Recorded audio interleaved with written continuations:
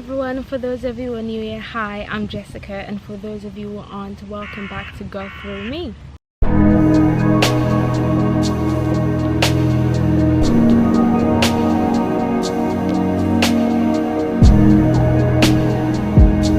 So this video is going to be about the impact of music to the brain as promised. So here is a breakdown of how music affects different parts of the brain.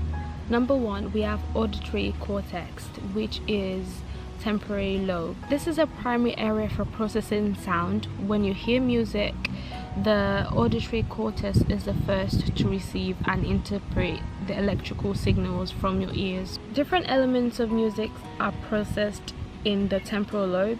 For instance, the pitch, the melody, the harmony are largely processed in the right hemisphere of the temporal lobe, while lyrics, pacing, frequency and intensity are analyzed in the left. Damage to this area can lead to sensory amnesia, where a person can hear sounds but can't perceive or respond to the music.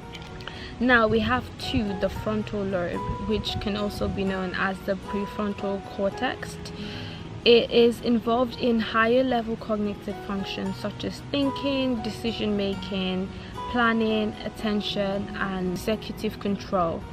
So here are more examples of what music can do to the brain, and one of these are memory and cognition, and this is linked to the hippocampus. An example is memory recall. So music is strongly linked to memories. Certain songs can trigger vivid autobiographical memories even from decades ago. So that's why maybe you listen to a song and it takes you back to a memory of something that happened 10 years ago. Or for example, if you got your first award and a certain song was played and you listen to it 10 years later, you're very likely to remember when you got your first award, because the memory was stored in the brain with that music. So it triggers the memory that is stored in the brain because you listen to the music. Another example is motor skills and coordination, which is linked to the cerebellum, the area that plays a role in coordination and timing. So improved motor coordination, music therapy is used to help individuals with movement disorders like Parkinson's disease. So Parkinson's disease is a neurological disease that limits people's movements. So rhythmic music can temporarily improve their abilities to move. Music is medicine. It can be used to bring back memories, it can be used as medicine, it can help improve your sleep. Music can do a lot of things. It's physically helps your body in good ways. Music is really good when used well, which is what I'm trying to say. Music affects you, but the kind of music that you use, even the pacing of the music can affect your mood, can affect your memory, can affect so many things. It can affect the way your heart beats. Music also helps with the overall well-being of your brain, because music is one of the few activities that engages almost the entire brain, providing a comprehensive cognitive workout. So listening to music gives your brain a good workout. So music is not bad. I think one of the emphasis that I want to make in this video is music is not a bad thing. That is not the purpose of this video, to say, oh, don't listen to music. Music is very good. It's very therapeutic. There's a whole book on love songs in the Bible. So music is good.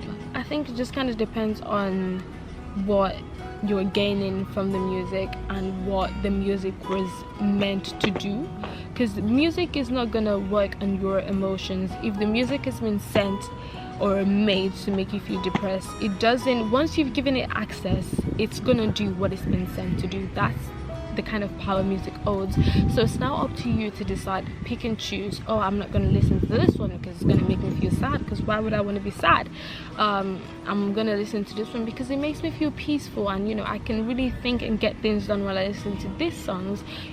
Classical music, I love classical music. Classical piano is so calming and so nice, especially when you're doing like chores, you're just cleaning. It's so helpful because cleaning can be stressful sometimes and tiring, but listening to music can help, you know, uplift that stress or tiredness. So music is good. It just depends on what you're doing to it. Music affects you. It affects your memory, affects your brain, it affects your heart, it affects the way you think, it affects the way you see the world.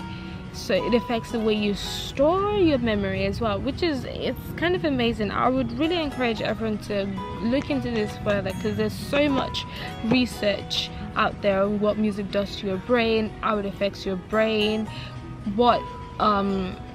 There's this video on YouTube of this man who went into, I think it was an MRI scan, and he was listening to music and they saw the light up in his brain, you know, the effect that the music was having on him while he was listening to music. So it was very interesting to see. So, you know, it's more than the eyes can see. I really do pray that the Lord gives you conviction on the kind of music that you listen to. Not all music is bad. I've said this before and I'll continue to say it again, but you have to draw a line. Where is your line? Do you just listen to whatever it is and just make an excuse of it's got a nice beat, but you're not really listening to the lyrics, even though the lyrics is against what you believe? So there are a lot of considerations to put into what kind of music you listen to. So I'm hoping that this video has helped you understand a little bit more on what happens to your brain when you listen to music. And I pray that the Lord continues to guide you and convict you in the type of music that you listen to and the choices that you make, because I can't make that for you. I love you all very much, and I'll see you in the next video. Shalom.